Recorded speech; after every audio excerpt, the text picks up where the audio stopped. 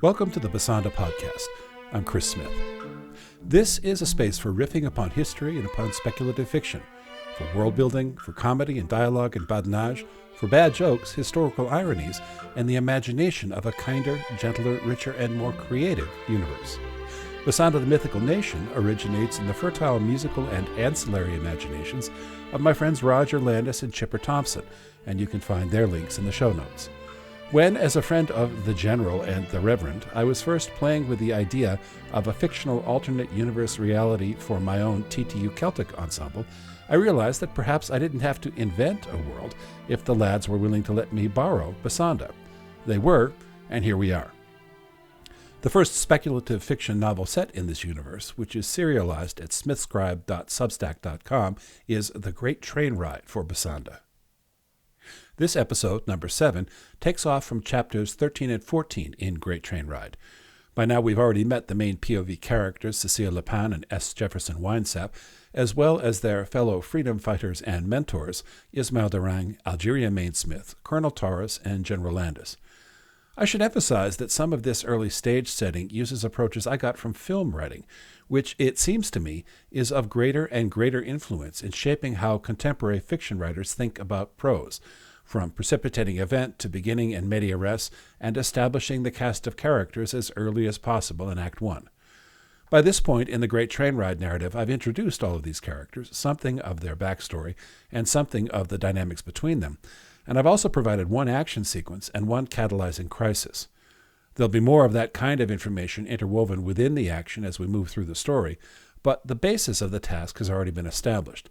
There are still distinctions to be made, especially between the Colonel and the General and their contrasting personalities, because they're intentionally written as larger-than-life characters, and so they also need to be humanized, and most importantly, they absolutely have to have flaws, because otherwise they're simply boring and unengagingly perfect. So we're going to recognize those crucial flaws in both of them over the course of the narrative, but that's going to be accomplished mostly by showing anecdotal scenes, again, mostly through filmic writing, because after all, showing is better than telling. I've said previously that in the kind of historical fiction I want to write, it's crucial that the fictional characters should fit in a historically engaged and accurate fashion within the real events and experience of biographies of true historical figures. That maybe writing historical fiction can itself be a kind of means of engaging with history, of understanding it better, of trying to learn lessons from the past which can perhaps apply to the future.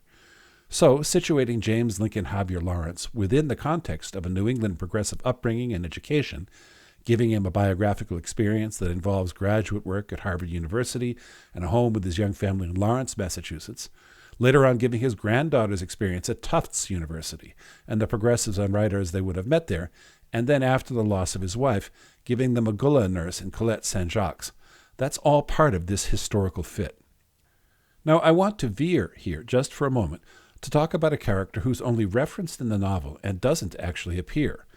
That character is James Lincoln's deceased wife, Lucretia McPherson, who we met only in a passing reference to the mother of his children, and who's described as coming from the Outer Hebrides and being endowed with the second sight. Of course, there is a narrative reason for that, because it helps to set up why the Javier Lawrence children by themselves have some paranormal capacities. But it's also intended to give Lucretia her own identity, and the sense that in another segment of the Bassanda correspondence, we might be able to delve into her earlier story as well. That part in the creative tasks of this kind of world building, that is, making sure that each new piece of writing or scene or alternate historical event fits within the existing corpus of works and history, is also an opportunity to set some additional narrative hairs running, in case there's time or space or inclination to go in those other directions. You see it in a lot of prestige TV writing, in which in a given season, the writer's room may set up several different sorts of narrative stubs to which they can return if they're granted additional seasons. Most recently, I've seen that set up very elegantly in the great workplace dramedy The Bear by Christopher Storer, in which one character, and those who know me will know why this particular character is my absolute favorite, has a brief moment with a peripheral passing character, but which also sets up the possibility of a Season 3 narrative arc for the two of them as a couple. So the same thing is going on here with Lucretia. Maybe at some point she'll get a separate narrative of her own set earlier in the chronicle in a separate piece of writing, Or maybe the fact that she comes from the Outer Hebrides and possesses the second sight is simply a way to enrich the passing reference to the Habir Lawrence children's mother. Here, I'm absolutely influenced by one of my other great inspirations in writing, the cartoonist and young adult book writer who wrote several novels set in Long Island and upstate Maine, Ken Platt. The books star a teenage boy named Steve Forrester, and Ken Platt didn't write them as a chronology of Steve's life. In fact, the first Platt novel I read was the sci-fi horror novella called The Blue Man, in which Steve is in his mid-teens, and which book scared the crap out of me when my older brother brought it home from the library.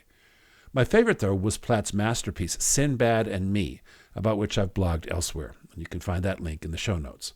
There's yet another title, now sadly out of print, also involving Steve Forrester, in which a character from the Outer Hebrides, an old woman who lives in his neighborhood by herself, possesses the second sight and some other very important paranormal capacities. So I think it's possible that Ken Platt's Aurelia Hepburn, the old lady from Mull in the Hebrides, is in the background of the too young deceased Hebridean bride Lucretia Macpherson as well. Chapter 13 in Great Train Ride, Going to See the Professor, is a straight-up example of an Act 1 narrative hook in which a protagonist has to persuade a cranky old bastard to enlist in the cause. The examples are legion across all kinds of film, TV, and fiction writing, with Yoda and Obi-Wan Kenobi being perhaps the most obvious and relatively recent examples. But it's also an opportunity to deepen James Lincoln's character, to get more of the sense of the flavor and vibe of the 1906 Parisian Sorbonne setting, and to do a little more interweaving of James Lincoln's family relations into the reasoning behind his signing on for the adventure.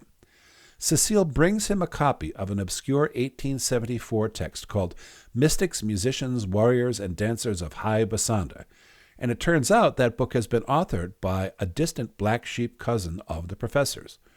We set this up by having him behave impatiently towards Cecile, and her feeling a certain sense of pique that he somehow already knows much of the information and the characters she's just learned about Bassanda. This provides more nuance on their relationship and his crankiness, and it also provides a moment within the scene when his attitude can be pivoted, and we literally see him shift from leaning away to leaning toward enlisting in the cause. There's also another factor here, which illustrates something I find particularly rewarding in writing the Bassanda material, because both the Habir Lawrence name and the title of this book come from Brother Chipper Thompson's writing, not my own. Having multiple world builders involved in the Bassanda way takes a little bit of tact and a good deal of bookkeeping so that we don't lose track of what's been written or agreed. But it also provides wonderful energy when nuggets of ideas get passed back and forth and then riffed upon.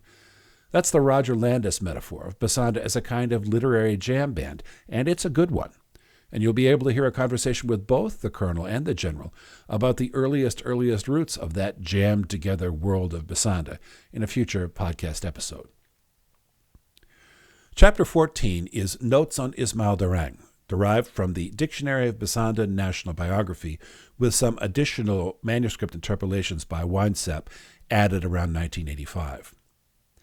Now, Ismail Darang is a very, very important character in the narrative of the Great Train Ride, even though we never see through his point of view, because he has to be both deadly and also tender, and he has to work as both a comrade and also the love interest of our main character, Cecile. Ismail was another who I did not want to make Anglo, especially given that, in order to function in a particular way for Cecile, he was going to have to be at least sometimes heteronormative.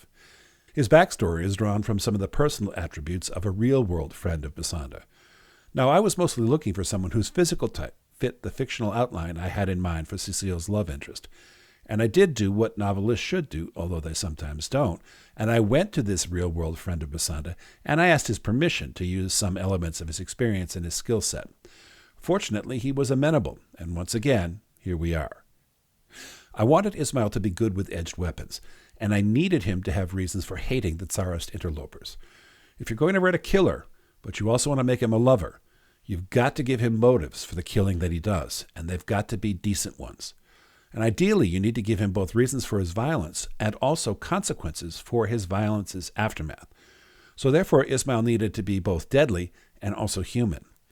And so giving him a family history of mistreatment at the hands of the Russians both fit the narrative's and Cecile's needs, and was perhaps an opportunity to take some swipes at historical interlopers who don't, in my view, deserve very much gentleness. This is a character which was written separately from and in advance of the Great Train Ride narrative, and so when it came time to flesh him out, he already had a persona and physical appearance and a set of attributes. Beyond that, though, it was also important to show that there could be some family relations between Ismail's own biographical chronology and various characters scattered throughout the correspondence. It was likewise important to give him experiences in Bassanda, Europe, and North America, and to explain how he came to be involved with the Brethren on one side and James Lincoln Javier Lawrence on the other. There was a period of time, before I began writing novels based in the Bassanda multiverse, when I was building all the correspondence as interlinked articles within a giant online wiki, which is a great way to organize and cross-reference world-building information.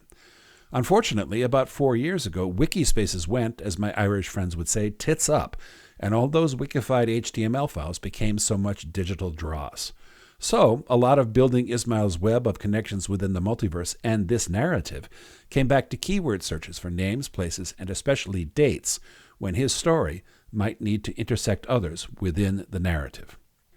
But it was also necessary to foreshadow some potential losses, and to suggest for both characterization and also continuity reasons that there might be some forks in the road of Ismail's future. Does he live or die? How efficacious is his deadly violence? And how terrible might be its consequences? And how could I use those questions, those scary variant scenarios, in a way that simultaneously built narrative momentum, but also fit within the known world of real history and of the multiverse? Now here the rift phenomenon is a useful tool because it makes it possible to have conflicting reports of Ismail's life, and possibly of his death, all present in the correspondence, and to address those conflicts not by resolving them, by making it clear that there might be parallel rift realities. In turn, that led to a deepening and enriching of the correspondences implicit within rift theory, because maybe rift collisions might carry within them the possibility that the rift traveler's timeline, his or her lifeline itself, could crash or collide with another variant, and that in turn provided lots of additional flexibility and elbow room. I'll have lots more to say about that and about Ismail's future in the upcoming conversation, and it's a great one, with my colleagues in the Bassanda Steering Committee. So I hope you'll tune in for that. This is the Bassanda Podcast, a place for riffing upon history, for world building, for comedy and dialogue and badinage, for bad jokes, historical ironies, and the imagination of a kinder, gentler, richer, and more creative universe. Each week we recall chapters in the correspondence, and we talk with guests from the multiverse and beyond about world building and imagination. You can find us on your podcast app, and also Twitter, Threads, and Blue Sky. Search hashtag Bassanda Podcast, send to bassandapodcast@gmail.com, or find me at Chris Smith Muso. I'd love to hear from you, and I'll talk to you again soon.